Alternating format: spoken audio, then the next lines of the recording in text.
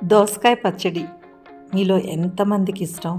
నాకైతే చాలా చాలా ఇష్టం. కానీ ప్రిపరేషన్ అయితే ఇప్పటివరకు నేను చేయలేదు.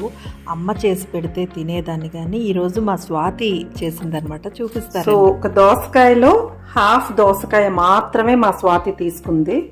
యాక్చువల్లీ నాకు అసలు ఈ దోసకాయ పచ్చడి అంటే ఎంత ఇష్టమో, స్వాతిని అడిగితే చెయ్యొచ్చమ్మా చాలా ఈజీగా అని చెప్పి మొత్తం ప్రిపేర్ చేసేస్తుందండి. చూసారు కదా, ఇది మెంతులు ఆవాలు. స్వాతి మెంతులు హాఫ్ తీసుకుంటే దానికి డబల్ ఆవాలు తీసుకొని పొడి కొట్టి పెట్టుకోవాలి.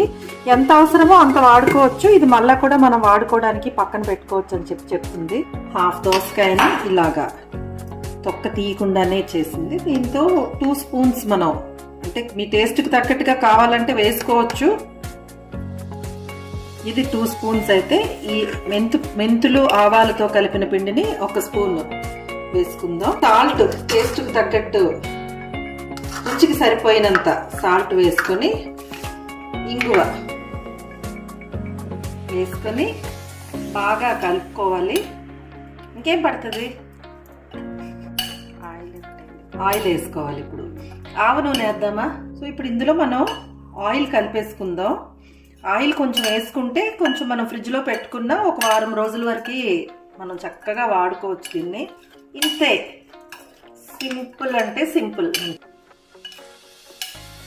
ఎంత బాగుంటుంది కదా ఈ దోసకాయగా.